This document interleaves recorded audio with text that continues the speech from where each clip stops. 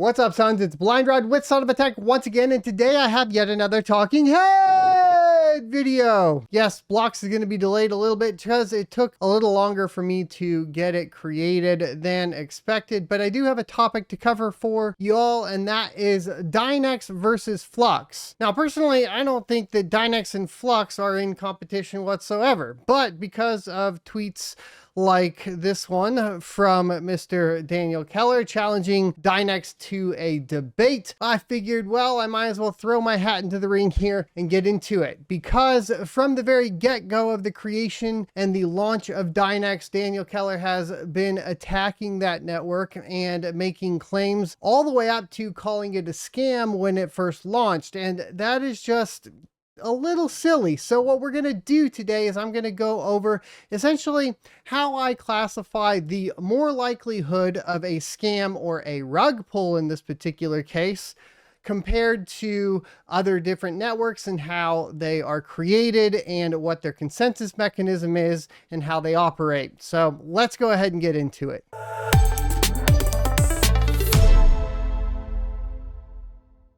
Welcome back. So when we are taking a look at Dynex and Flux, we are getting accusations from Flux that Dynex is a scam. So to basically squelch any kind of discussion surrounding this, what we're going to start with is kind of my go-to definitions of what is the safest version of blockchain versus the least safe version of blockchain as it pertains to layer one chains when you are investing. Now, as I always suggest, mine it, don't buy it. And this is going to protect you in a multitude of ways because you can stop supplying mining power to the network at any given time in the case that a rug pull happens. In fact, the most recent one that I was mining was Florichain, and we'll talk about why that one ended up being a rug pull in this specific series as we discuss it. So what is the safest version of a cryptocurrency to mine or even buy? And that is going to be very simple. It's going to be a layer one that has no sort of VC funding included in it, no pre-mine, also known as a fair launch, and is proof of work. And the reason for this is very simple. If you have a proof of work layer one blockchain that has no pre-mine and is a fair launch and there's no VC funding or investment, there's nobody there to rug it. Okay. And so as soon as everybody starts mining it, they have distribution across the board and it is going to the miners, and the miners are going to sell that for power. And that's how you get your base price, which is cost to mint. And this is frankly going to be the safest thing to invest in from that perspective and going to be the least likely to be a scam. Now, secondary to that would be if we had something with some sort of pre-mine or some sort of VC funding that has some sort of, pre-sale going on or something along those lines. A Genesis block that gives out rewards to individuals like the developers or investors, essentially. This is a sliding scale of potential for being rug pulled or ending up in a scam.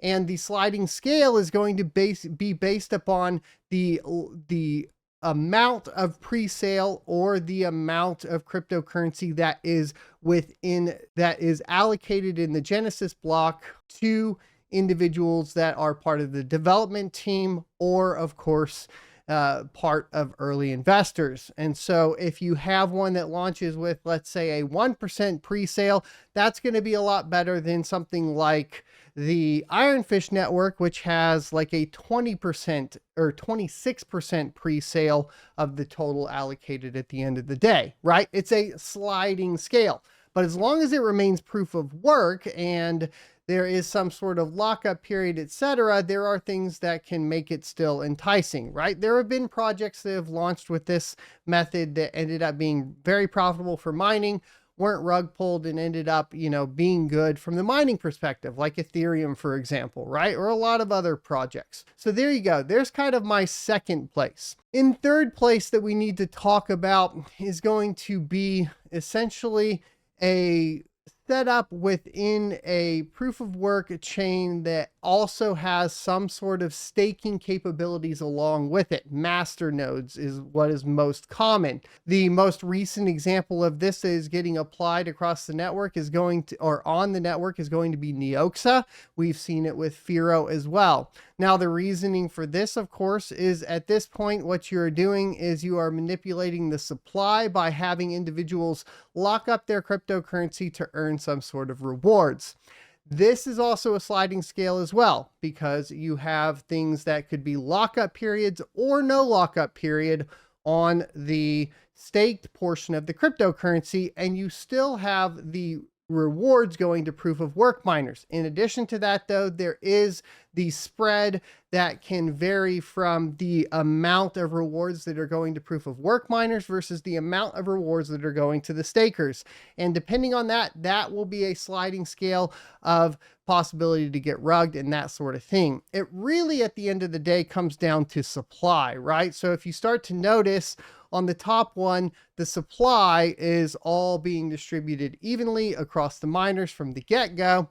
And as we move further and further down, the supply is kind of getting locked up more and more into larger wallets. Essentially, if there's a potential for an inordinate amount of supply to go in one direction, the more likely you are to get effed over. Once again, the best way to protect yourself in this particular case is to mine it, not to buy it. So there you go. As we get further down on those scales, it is important to note that there are currencies that require some sort of lockup or some sort of control over your node. Ethereum being an example of this, where in Ethereum, you have essentially a lockup period that happened after the migration to proof of stake, where stakers were not able to withdraw their staked Ethereum. And subsequently in that, these stakers lost a ton of value, where you had some people staking at $4,000 and a half of their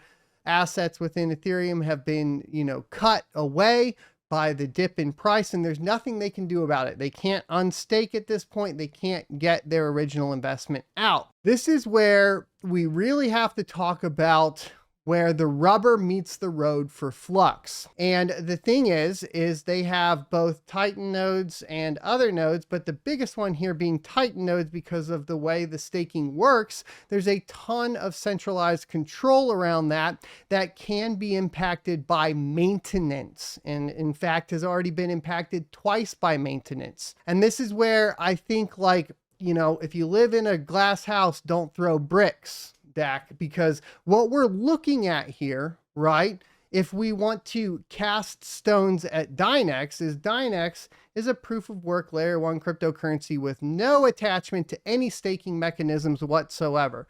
The likelihood of a rug or a scam is extremely low. And on top of that, if you are specifically just mining it, it's even lower because there's already a market released. You go into the market, you sell the Dynex that you've mined, wish wash, you're done as a miner, you've made your profitability, and you're good to go. There's a higher likelihood that you will have more liquidity issues and more chances for essentially being rug pulled or end up in a losing position on Flux. And that is especially if you're tying yourself up into nodes, especially Titan nodes, as we've seen with the maintenance.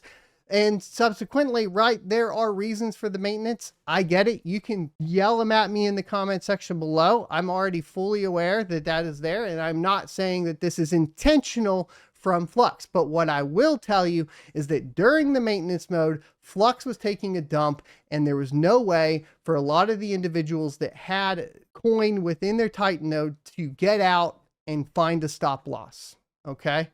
And if that was determined to have a bad actor participating within Flux, it could be theorized that they could execute some sort of maintenance mode while they dumped the coin to go ahead and keep the price as high as possible. The likelihood of Flux being able to be manipulated from a financial perspective, from a charts perspective, from a price perspective, is much higher than Dynex is. That's just point in fact, right? And then anytime you add on additional layers, let's say a wallet service that is centralized, or you add on tokens, this is where you start to run into trouble. The biggest, most recent token example here is FloraChain. And what FloraChain was very interesting in that they forked Ethereum. Everything looked extremely professional, everything functioned, but then they did basically a yield token, and then this, boom, is the red flag. The yield token that you can convert into and then set up for yield is where the rug pull happened. It didn't happen on the actual Flora token that you were mining, because as long as you didn't put it into the yield token, unfortunately I did, but if you didn't, then you just sell that on to the back to the network. As a miner, you get your rewards back and you rinse your hands and you move on. So that is the most recent example of that. You could also have tokens that represent the layer 1 token on other chains that could individually have rug pulls involved with them. For example, if you had a representation of Caspa on the Binance Smart Chain or Flux on the Ethereum blockchain, and there's liquidity issues within those each kind of DeFi spaces, compartmentalized, you can have a very large varying impact of price. And we saw this, of course, even with Ethereum, as it created a token representing itself that was staked, where we started to see it decouple from itself between what the token representation was and the layer 1 price. This is something to watch out for as well. Now, at the end of the day, I do want to talk about, proof of stake here too, where proof of stake will be pretty much the most likely case in which you get rug pulled on layer 1, outside of course, the final option, which is just a token on another layer 1 blockchain, but that's not what we're talking about today. If you have a layer 1 blockchain that is proof of stake, the reason that you are at most risk is because in most cases, the way that proof of stake has to function is going to be in some sort of airdrop or in some sort of creation of currency out of thin air without the proof of work portion of it. And then you end up with usually team members or early investors that have a large whale presence, and as people buy it, they can basically rug pull that and suck it right out from under you.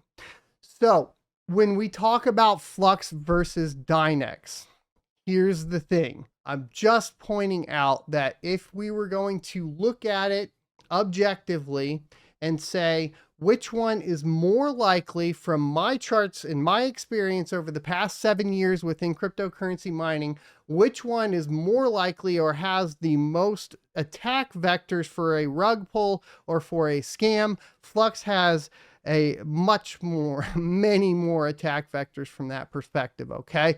Does that mean I think that Flux is doing anything malicious? No, I think the maintenance schedule, like I said earlier, was because things were broken. At the same time, that's an extra risk that you take when you get into nodes. From the very beginning and introduction of nodes, people asked if I was going to invest in Flux nodes. Every single time I've said no. This is the primary reason and example as to why I do not, because I do not want my currency locked up or in a system that can be brought down for maintenance, in which I take a massive loss on my investment. It's not worth it. Okay.